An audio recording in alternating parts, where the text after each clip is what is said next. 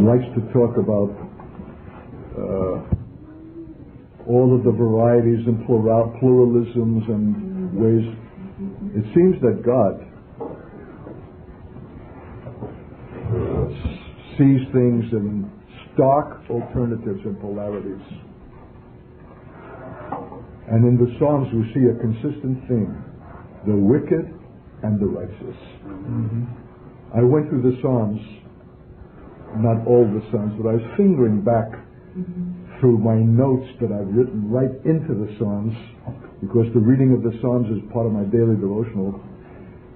Somehow stirred up by this thought somewhere in the early morning hours when my brother's wife called from Burundi, thinking that her husband would be right at the phone. Well, we've not yet come to share in the same bed.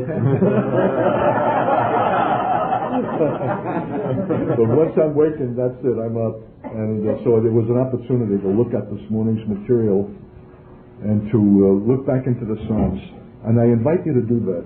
You'll see the persistent theme of the cry of the righteous who are the object of oppression and persecution by the wicked. What characterizes the wicked is their ruthless violence, particularly vented upon the righteous. There's something about the righteous that provokes the wicked and reveals what they are in their innermost being. In fact, I think I found a place in the Psalms where it says they are born that way. Let me see if I can find it. I know, I've seen that. And that they are liars and murderers, which is, of course, the nature of their father.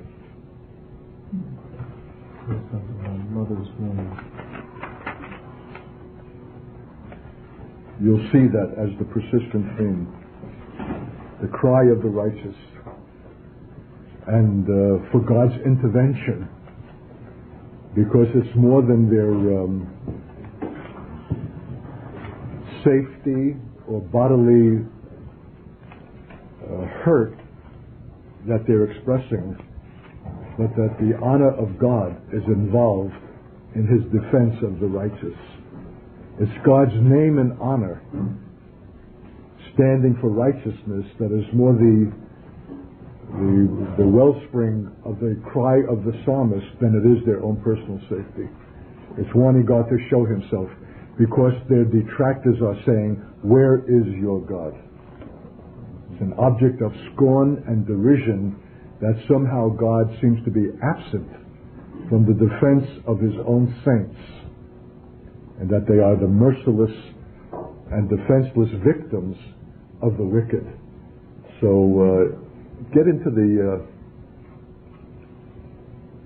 texture of the Psalms and see how that resonates virtually through every psalm, and the cries that are registered there.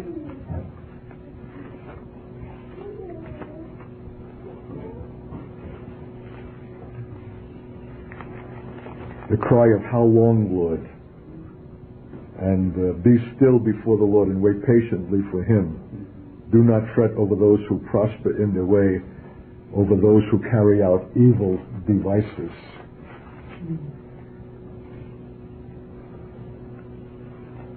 You deliver the weak from those too strong for them, the weak and needy from those who despoil them. The wicked are invariably the defenseless and the weak, who have made God their defense. The Lord is my refuge, my tower, my strength. That very conviction and very announcement to the principalities and powers is a clear invitation to be the object of oppression.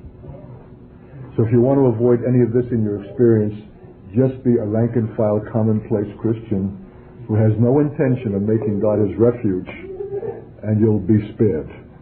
But in this radical utterness of casting yourself upon God and not seeing to your own strength as your safety, the powers of darkness hate such a one and will test him. And the Lord allows it, evidently, as we can read in the cry of the psalmists who are experiencing this oppression without the immediate relief of God. Where is He? How long, O Lord? Why are you silent? Why don't you come and answer the cries of the righteous. So that's why I call the book of Psalms an end-time book. It speaks more of the realities that we're going to face than we can know. And the psalmists have a knowledge of God. And so often, the psalm does not end with a happy note where God comes through, but rather what's expressed is that there's such a hopeful confidence in the future, that he will show himself strong, that he will vindicate his name, that confidence and that trust is what sustains the suffering psalmist now. It's the assurance that God will act that is what sustains the psalmist, not the act of God himself. And where does that confidence come from? God's faithfulness in the past. Because he has come through before, because he has honored his covenant, because he has shown himself faithful, the psalmist is assured that though right now there's no present evidence of God who's allowing me to suffer this, yet I am confident that he will, because that's what he's done in the past. You know what I mean? It's the history with God that saves men in all of the perils and the uncertainties of the future. That's why they that overcome will overcome by the blood of the Lamb and the word of their testimony. What does that mean? That they have a residue of a history of God's faithfulness, that though in this moment, for reasons of his own, that he is not obliged to reveal, he is not coming through, yet we have the confidence that he will ultimately vindicate his name because he has come through in the past, and we have a solid residue of God's past faithfulness that will sustain us. So I'm always encouraging young saints to accumulate a history in God. Yes. Where you put yourself in the place of jeopardy, that if God be not God, you will perish. And that's when he will give answer. We can spend the whole morning just going through the Psalms. Would be a precious time. The Lord is my light and my salvation. Whom shall I fear? The Lord is the stronghold of my life. Of whom shall I be afraid? When evildoers assail me to devour my flesh, my adversaries and foes, they shall stumble and fall. Though an army encamp against me, my heart shall not fear. Though war rise up against me, yet I will be confident. So this is a precious tenor of all of the psalmists. Why the reference to fear about being assailed? Because they're the object of the most malicious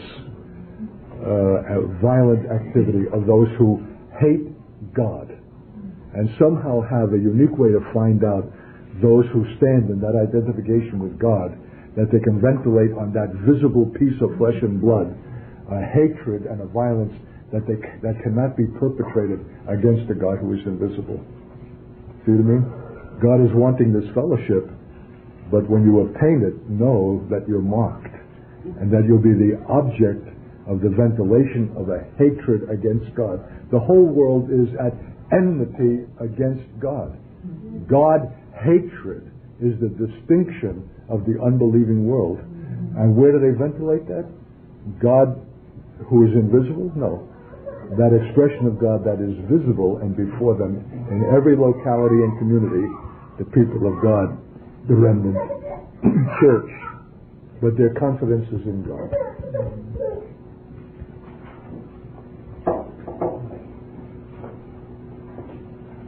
It doesn't say if evildoers will assail me, but when they assail me. It's not a question of whether it will come. It's only a question of when it will come. But when it will come, they shall stumble and fall, because God is my strength, my stronghold, my fortress, and my tower. He will hide me in his shelter in the day of trouble. But there will be a day of trouble. He will set me high upon a rock. Now my head is lifted up above my enemies all around me. What has made them your enemies? Your love of God and your standing for Him and for His righteousness in a world that despises both. That's why they're your enemies. And I will offer in His tabernacle sacrifices with shouts of joy. I will sing and make melodies to the Lord. Not because His answer has come, but before His answer has come, in the sublime confidence that it will come. And if it doesn't come in this life, it will come in eternity. That in fact eternity needs to be factored in to this life, or this life is without meaning. It's without righteousness if we have only to understand it within the parameters of this life. But when eternity is factored in, and God's judgments that are eternal, then those who have gotten away with murder in this life will have their comeuppance. And those who have suffered for righteousness' sake in this life without recompense will receive it eternally as a crown. And then the name of God and the honor of God is vindicated, because eternity has rightly been factored in to time. Get the idea? So already that is the divine perspective. That's the normative way of perceiving reality. And for those Christians who have not rightly considered eternity and are only waiting to die to come into it, they're losing the great benefit and the solace of what can be rightly anticipated, where God will be fully vindicated, and that those who have gotten away with murder, and where is God? Didn't He see it? Why didn't He act? Well, because He's not required in our time to perform that. But that eternity, what lies beyond this life, is where the full reckoning takes place. And one of the distinctives of the church is that it does not limit itself to this life only. In fact, it's more to be said that its comprehension of eternity and what lies beyond this life is the greater reality than this life itself, and gives meaning to this life. And I'll tell you what, talk about sanity, and that's either uttermost insanity or it is uttermost sanity. And the world will hate you all the more because you take eternity into your consideration and do not invest in this life the kind of uttermost value that they give it. You mean? And that's why you can walk through this life not at all intimidated, as if everything depends upon now, because you're seeing beyond and you're taking that into your present consideration. Like Paul, who, seeing the things that are invisible and eternal, made his present suffering momentary and light. Yeah. That future consideration was so vivid in his apostolic heart and mind that it actually affected the way in which he bore his apostolic suffering. In fact, it's not an exaggeration to say that his apostolic suffering was in no little measure the consequence of his eternal view. That's what provoked the world and its religion to spitefully abuse him. And it will be so for us also.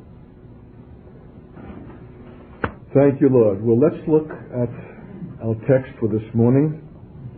Genesis chapter 4. Cain and Abel.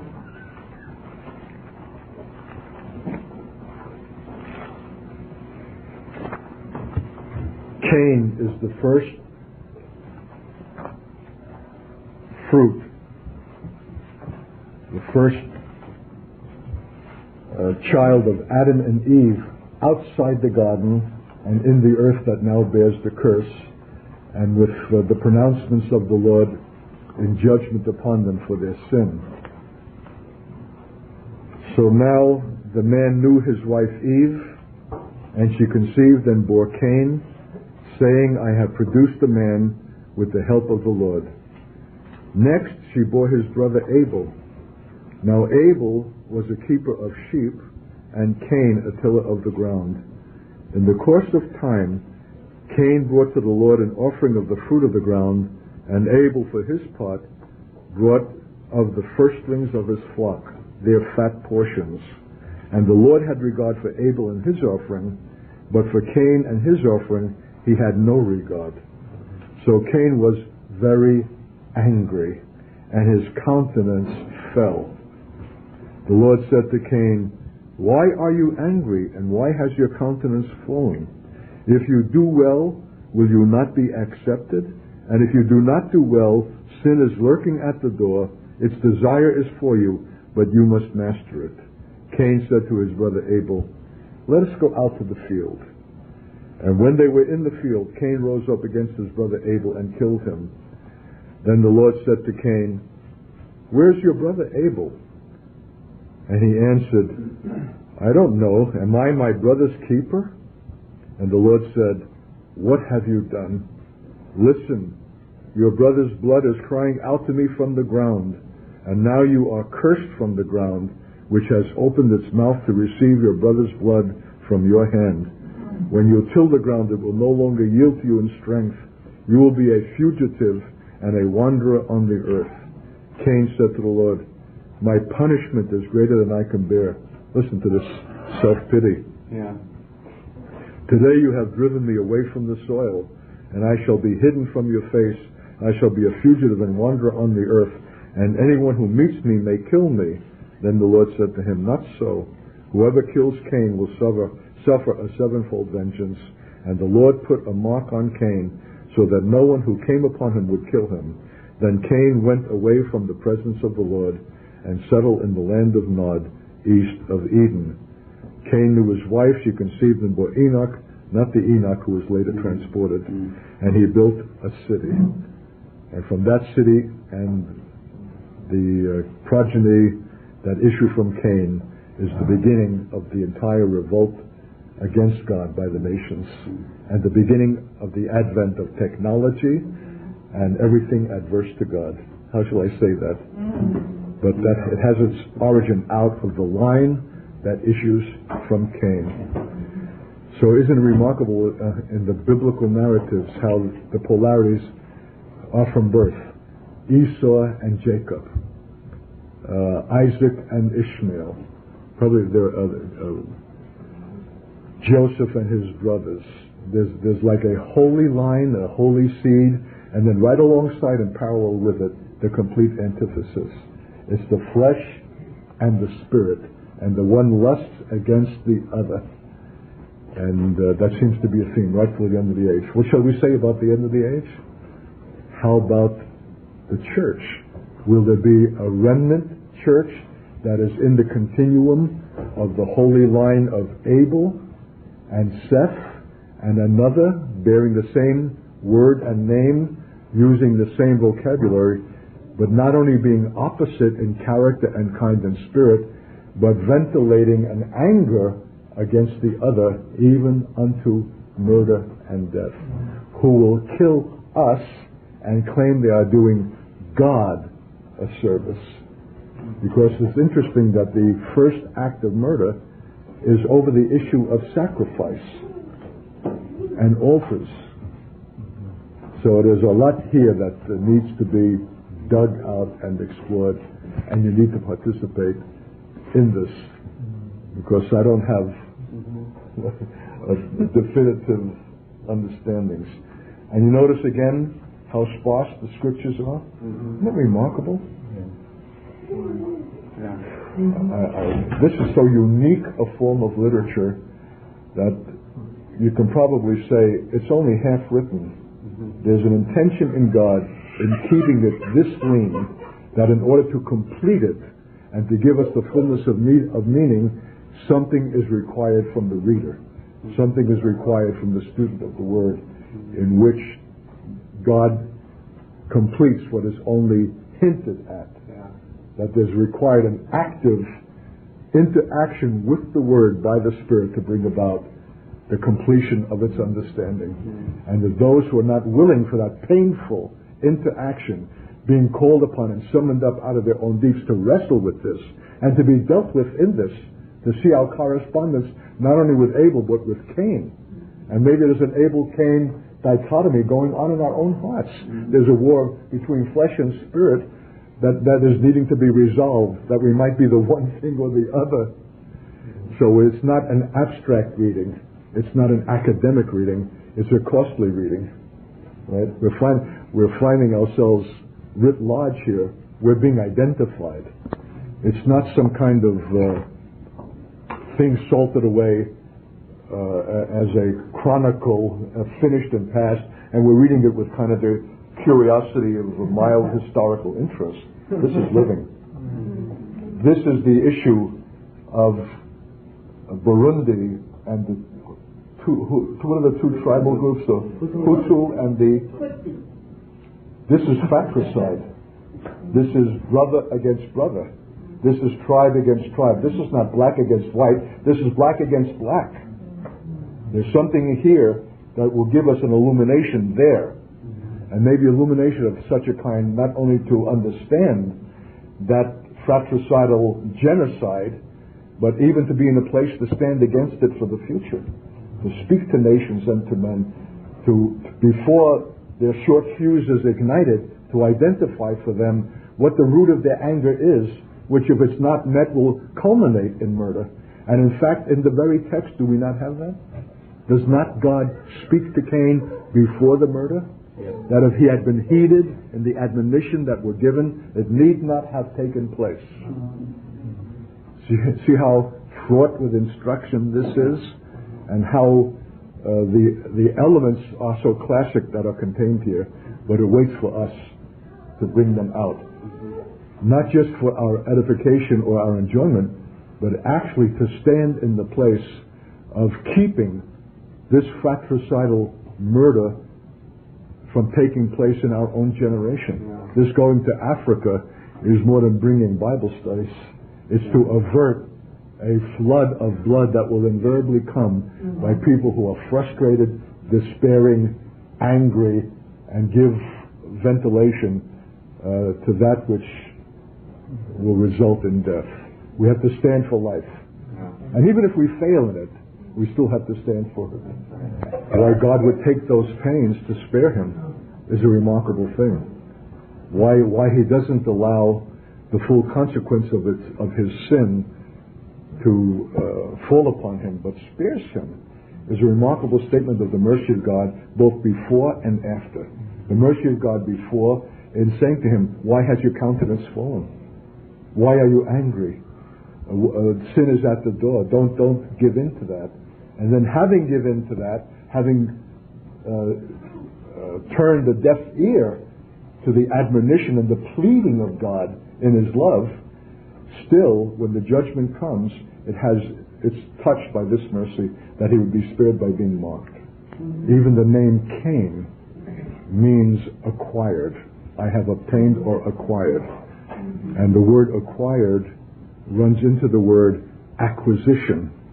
To acquire property, to acquire wealth, is a certain kind of mentality that is covetous and envious of the possessions of others that are not your own, which is the root of the murder, because he was angry that his brother had some kind of favor with God, whose sacrifice was accepted, whereas his was rejected. So a man who is acquisitive and wants to obtain, resting by his own efforts, is already giving us the seeds of the tragedy that is to come. He's rightly named, because in biblical names the character is revealed in the name. Abel means vanity, or like a puff, like an air, like a light thing that would dissipate with a breath, like a foolishness or a weakness. So there's a real contrast with the brothers and their names. Isn't it interesting how often the Lord rejects the firstborn and celebrates and chooses? Jacob have I loved, but Esau have I hated. Try to understand that even while they were in the womb, one was already identified as the enemy and the other as the beloved and chosen. Think of this in terms of the present state of Israel and that which will come later. which will be the enduring prophetic fulfillment, as against this one whose character is more resonant of Cain than it is of Abel.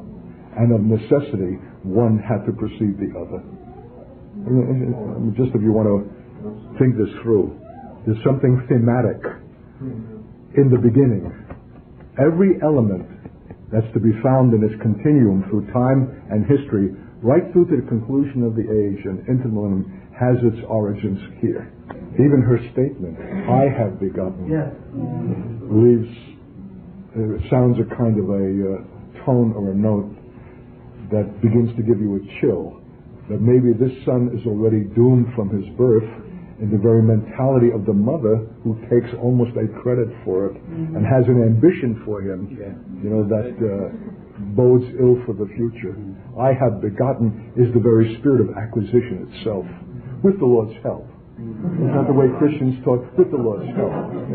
A secondary tribute in passing. I don't know what she said about the birth of Abel, but the way that God puts this in the record, how selective is the Word of God, that in all of the things that could be said, could be recorded, this is recorded, because it's significant and already something that comes right from the advent of birth. So, the root of anger between brothers. Where is brotherly love? They're both born of the same parents.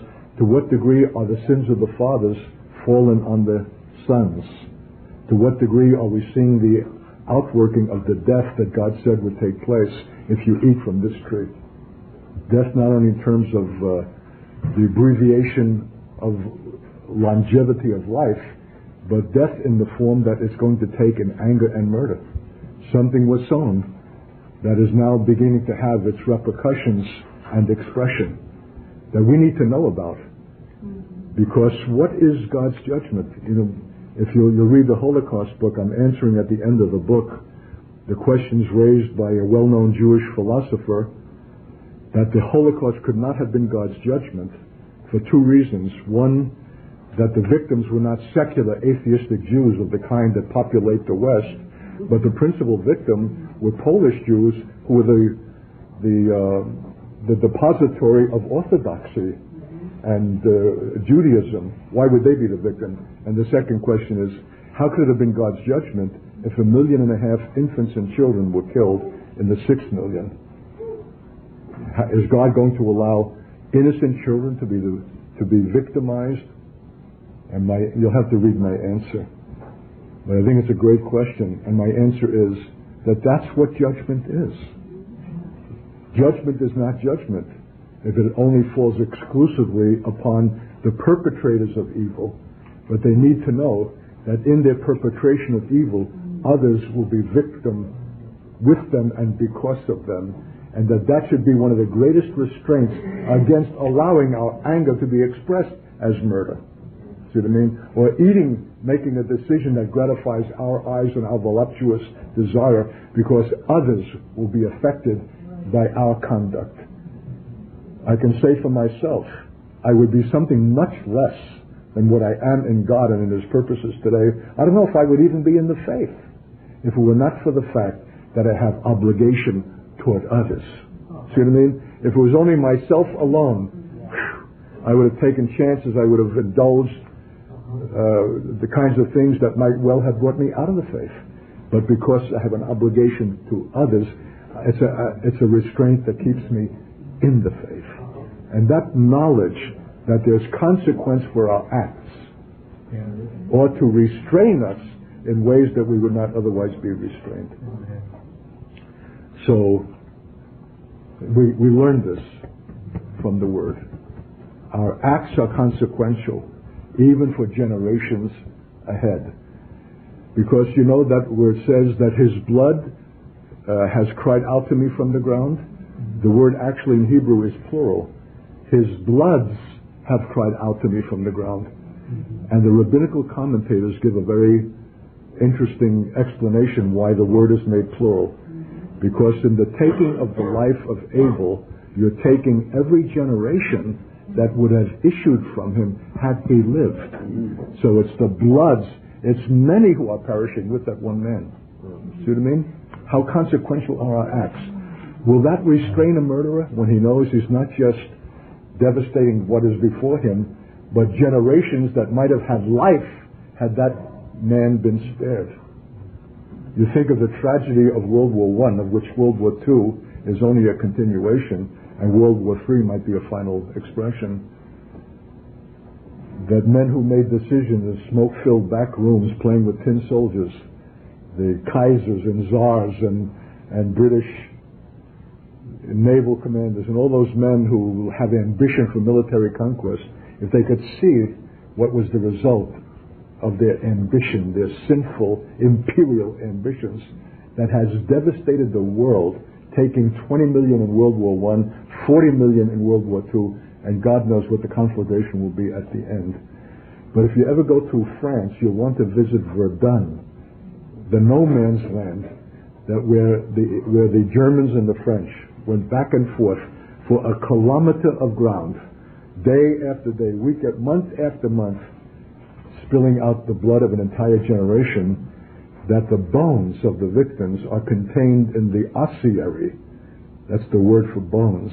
That is as big as a football field of a generation of the cream of French and German civilization who exhausted their lives over a battlefield with gas and bayonets and barbed wire and mud and muck for that which obtained nothing and set in motion the tragedy of the whole of modern times. The world's innocence, so to speak, was lost by stumbling into the sin of that violence that could have been avoided. Perhaps if there were a church in the earth who would have acted against the imperial ambition of nations and not be content with their Sunday services only, but would have been the prophetic voice of God warning nations of what the consequence of their ruthless ambitions will be, not only for that generation, but all the generations thereafter. Who else should know that but the church? See what I mean? That its silence makes it complicit in the sin of the nations. Okay, so we need to burrow into this if we're going to be that church in the last days and in Africa.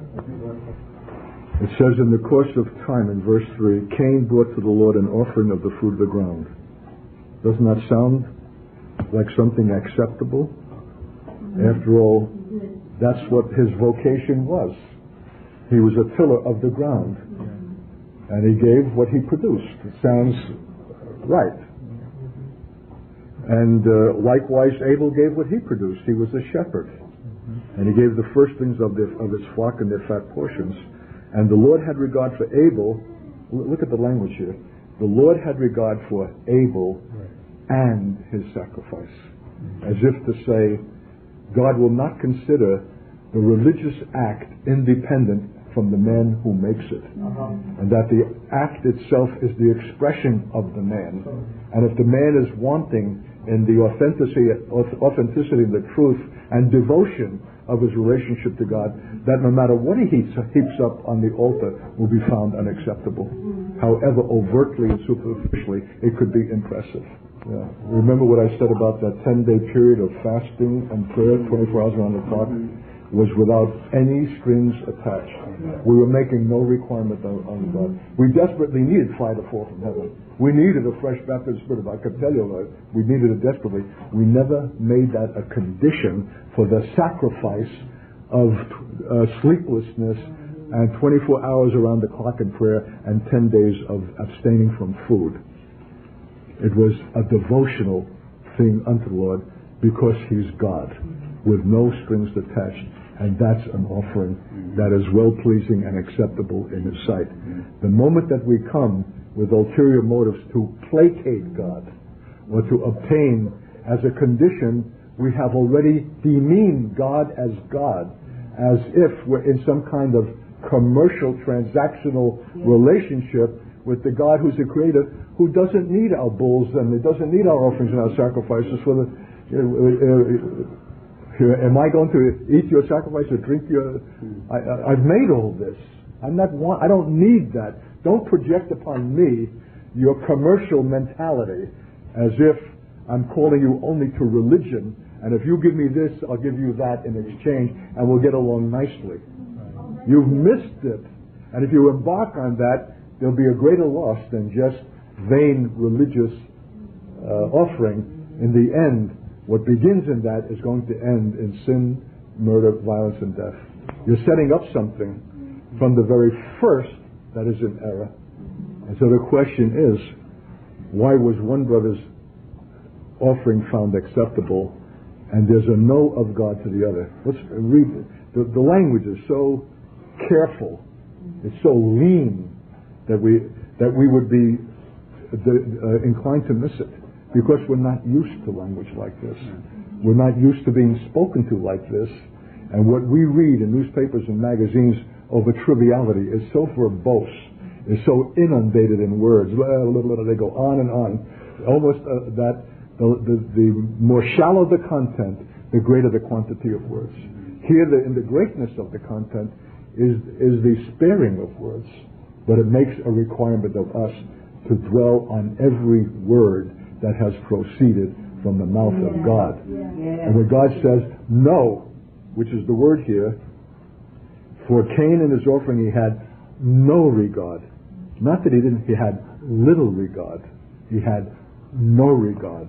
Is a statement of absolute totality, that the whole thing was totally unacceptable, probably for what we have already identified. Its motive stank. It's not what was given, but the spirit in which it was given, the mentality in which it was given, was found altogether unacceptable. And if that was true for Cain, to what degree is it true for us? Dum, da-dum, dum. How much are we doing with this unspoken premise underlying our conduct for God of placating Him, or what it will get us, or what we will obtain if we do it? I have my daily devotional. I've read 3 chapters. What do you want, a medal? What do we have, this mechanical and arithmetical formula of what we have to do in order to satisfy God's requirement? And it's always a minimalist requirement. And I often quote from my high school teaching days how the students would come to my desk the first day of class. Mr. Katz, what is the minimal amount that I need to do in order to get by? That's the mentality of the world. What's the minimal amount needed in order to get by? But God says, my house is a house of sacrifice. And what He gave was not minimal. Now that raises a good question. So what is signified in offering something from the cursed ground that he thinks God will accept, and has no compunction or even the thought to offer blood, which would have been a more expensive, costly thing to obtain? In fact, it would have required the humiliation of obtaining the lamb from his brother, who is the shepherd, and he could not bring himself as the older brother to condescend to come to a younger and ask him for that which was needful.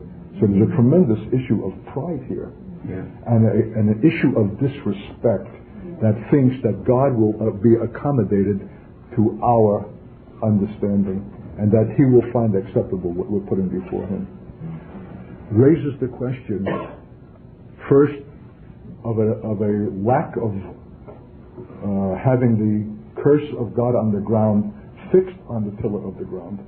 That is not to say that God would not have the ground to be tilled, but to be tilled with a reverential awareness that there's a labor here that requires sweat because of a foundational sin performed by my father, in which I am also implicated. And therefore, even as I labor, it's with a respectful reverence of a God who has pronounced that judgment, and anything that comes out of such a ground is a pure grace. But that I'll not offer it as a sacrifice is one thing that Cain lacked. He lacked a reverential understanding of God. And why is it that on the other hand, Abel gave the sacrifice that was acceptable in the firstlings from his flock? Is it because they were accessible to him, being a shepherd? Or did he know that he knew that he knew that only blood, that there has to be a sacrifice, there has to be an expression of death, that would eventuate in life. That there's something was instinctive. There's no law that required that. A man had to know this only by relationship. Only by intuiting the holiness of God could he understand the magnitude of the kind of sacrifice that would be acceptable, and that would have to be blood. How is it that Abel would have this kind of understanding of God, and his brother, older than he, is totally bereft? And to what degree are those choices before us now in Cain or Abel decisions? And how easy is it? Is this a once and for all thing that you make a determination and after that you're on the Abel line? Or is it a day by day, moment by moment consideration of doing the cheap and the convenient thing, or the willingness, because of the reverence for God, of always giving him the thing that's costly and ultimate and sacrificial? We're faced with these decisions daily and moment by moment. And a lot of us are skating and getting by with the minimal thing. And no one is faulting us, but are we abounding in the relationship and the blessedness that would be ours if ours was an Abel rather than a Cain walk? This is not a once and for all. It's a tension that's before us continually, to act out of convenience. So that, for example, in 2 years at a Lutheran seminary, every day was a chapel service, and every day one professor or another of theology was giving the chapel message. And I don't remember one of the hundreds that I heard. Why is that? Not one of them was memorable. Not one of them confronted me. Not one of them required. Not one of them pierced me. Is it because men were speaking out of their convenience, out of their knowledge, because their motive was not to seek God, to find his relevant word no matter what the cost? Because you can believe if you're going to speak a relevant word, it's going to cost you. It's going to bring you up before question. Who do you think you are, addressing the faculty of the student body like that? What do you think that you're talking to sinners? Remember, you're not tenured yet. You better watch for your career. There's a retirement involved here where you'll have 98% of your salary for the rest of your natural life. So better play it safe, wise guy. What do you think, you're spiritual or something? I don't say that these men are conscious of that, but you can believe it's under the substratum of their lives. And what they spoke was biblically correct, being scholars. And because they know that there are men out there who are critically listening to find one fault that they could address, but not one speaking was memorable, let alone significant, because it did not issue from the life of God, but from the mind of man, serving the convenience of the moment, who knew months in advance on which day he would be speaking, and was preparing in such a way not to serve God, but to avoid embarrassment and loss of prestige and status and reputation. And that is what characterizes the church essentially today. Men concerned for their career, their reputation, rather than what God will say, are acting in the Cain way and bringing the result of that into the entire congregation, who are not getting life, they're getting death Sunday after Sunday. However correct and biblical and doctrinally sound those messages are. And so whether we're ministers or not, we're faced with issues of this kind. And that's why we have to invest ourselves in this text. It's just an interesting little note in the firstlings of the flock that Abel gives a sacrifice and their fat portions. Do we have to hear that? I mean, what's the big deal about that? Why is that mentioned? What does that represent? What is, in the sacrifices of Israel, what was the sweet fragrance and incense to God? It was not what we would think the value. The meat was not the sacrifice, and the hides were cast away with the dung. The sweet sacrifice were the entrails, the guts, where the real issues of life and the deep are affected. It's where we really live. And the fat. What's the significance of fat that is mentioned here? Fat is obtained In rest. Absolutely. There's the statement of rest, which is the statement of faith. Whereas Cain is a striver, an acquirer, and a covetous man. I looked up the word obtain or acquire or acquisition means to gain by any means, usually by one's own exertions. So he was giving God what was obtained by his sweaty exertions, and Abel was given what was born out of faith, which is rest. That was acceptable. And is acceptable still. And what day of the week is it where the exertions of ministers are the greatest? Is Sunday. And our sweaty performances, rather than issuing from the rest of God. Like, what are we going to have for this Sunday's message? Last Sunday was a doozy. What was it? It was love your enemies. What's this Sunday? Who knows? If it doesn't come out of the same rest by which last Sunday's message came, it'll be a gritty, nervous exertion that will not bring life. It has got to issue from rest. Have you the faith to believe for it? If you're the speaker on Sunday? Well, you can believe for me, huh? Okay. I suspect that if he had been able to humble himself to obtain a lamb, he would have found one inexpensive that had some deformity. He would still want to get by in a minimal way. No. God is not wanting two altars and two sacrifices, but one. And so brotherhood, real amity, and fellowship and unity, and the offering of one sacrifice acceptable to God. Because the relationship with men, with one another as brothers, even being both Africans, is relative to the relationship with God. If we have not that authentic thing in truth, what can we expect then between each other? So the answer to Africa is not some social system or governmental requirement, but a renaissance or the birthing of that authentic relationship with God that would recognize themselves to be with each other brothers, not in rivalry and competition, and even blotting out the tragedy of the past, but coming before the Lord together as one and offered one sacrifice. All the more acceptable in His sight because it's offered as one. The fact that there were even two independent sacrifices being offered is already the seeds of the tragedy.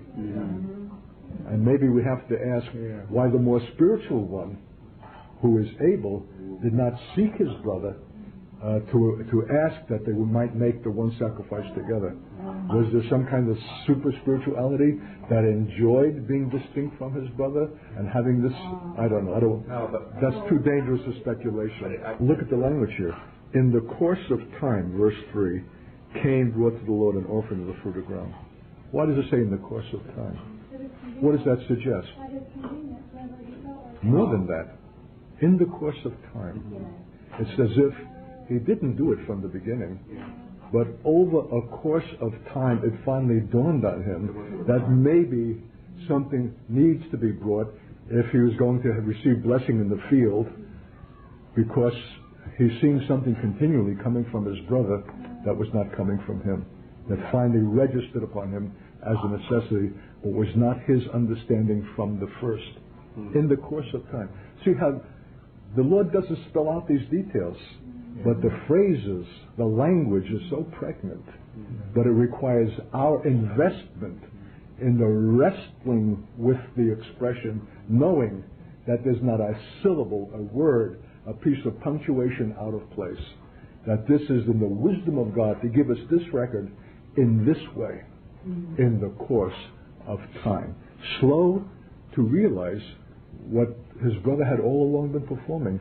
And maybe that's why the Cain was not brought into Abel's sacrifice, because it had been so long spurned. It may well be, I would suspect, that in that course of time, not only was Cain not offering his own sacrifice, but he was rebuking, reproaching, and condemning, what's the word, spitefully persecuting or mocking his brother for that exercise. So finally, maybe I ought to be doing something. None of this is told us, but we're looking at not the anatomy of murder, the anatomy of violence, the anatomy of failure of brothers to be related, and the seeds of this pertain still. So we're not just taking an antiquarian interest in a past episode. We're looking at probably the most vital issue of our generation, not only between the Hutus and the other tribe, but what would you say about the Serbians and the Croatians and the Bosnians and the final group there from Kosovo? Yeah, but what are they? What's their nationality? Muslim. No. They're from... Well, Albanians. They're Albanians and Muslims, but ethnically and racially they are Slavs. yes, it's fine. They became Muslims out of the Turk-Ottoman dominance in the 15th, 16th centuries and retained that as a religion of convenience, whereas the Orthodox and the Catholic remain, quote, Christian, and then there's been conflict and war and fighting over the generations, over these religious differences, so that when one has an opportunity to ventilate the anger of the historic past when they were on the receiving end, they do it with a vengeance. So, but yet ethnically, like the Africans, they are racially the one, but in terms of a tribal difference or a tradition or a religious distinction or some episode out of the past, they are enemies. And they ventilate that with such unbelievable spite. 2 days ago on my computer, in my internet, a Yugoslavian brother who had been reporting the war, also defending Serbia, sends me yet another message. He says, the UN inspectors have not found 100,000 graves that have been reported of those men who were shot in cold blood and buried in surface graves. They've only found 3,000, and maybe at best they'll find 9,000. So he says the whole report of Serbian atrocity is greatly exaggerated, and the war and the bombings of Yugoslavia therefore were unjustified. So I answered him and said, since when is atrocity the issue of number? Doesn't matter whether it's 300,000, 100,000, or 3,000 or 3. But cold-blooded murder in anger and violence and defenselessness is the crime. And God's judgment using the United States was not excessive at all. And you need to bring that message of repentance to your nation and stop justifying them. Here's the great question, just before I'll break. How is it that Cain, in seeing that his brother's offering was accepted and his refused, was not contrite and broken at the failure of his offering to find equally an acceptance? Why, instead of being contrite and broken, Lord, how did I miss it? My brother's offering is acceptable and mine, show me my fault. But instead it incurs an anger which is going to eventuate in murder.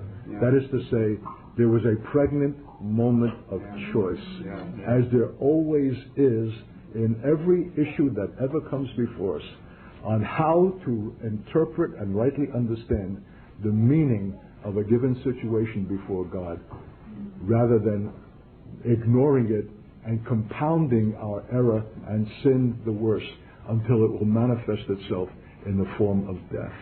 He missed a crucial moment when he could have been contrite.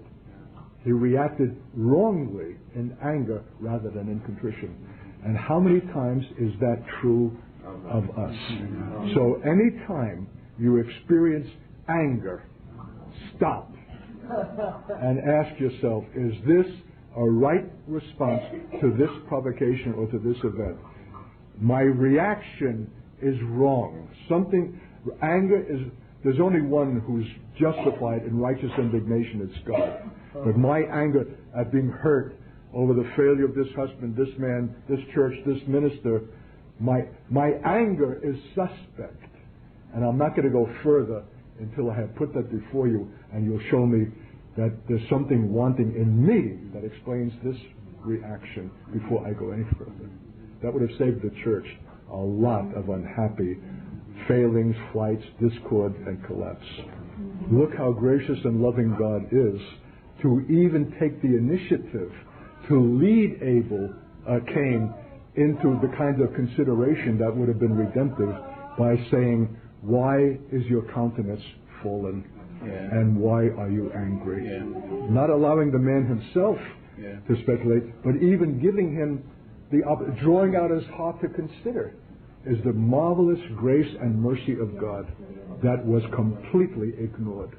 So we're beginning to get something of the anatomy of sin, where even the sin is so hardened that it's impervious to the wooing of the tender graces of God that could have saved Cain from murder. So the record is so sparse, we're not told. But we can see from his actions and his attitude, there's already a history of sin that has hardened to the point that now makes him even deaf to the wooing of God and sets in motion the rest of that tragedy. But how did Cain know that Abel's sacrifice was accepted and his own was refused? How would they know? And for that I'm indebted to Matthew Henry, who says, likely the accepted sacrifice was consumed by a fire that fell from heaven. Wow.